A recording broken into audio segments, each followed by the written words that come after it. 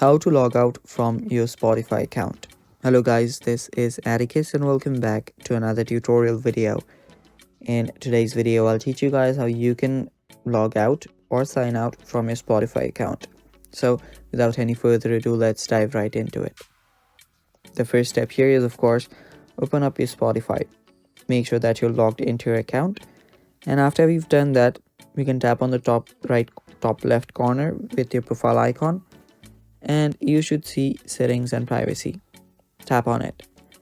Now there you should see all of your options such as your account information and stuff like that. If you scroll down, you'll also find the logout button. Tap on logout and confirm the process to log out from your Spotify.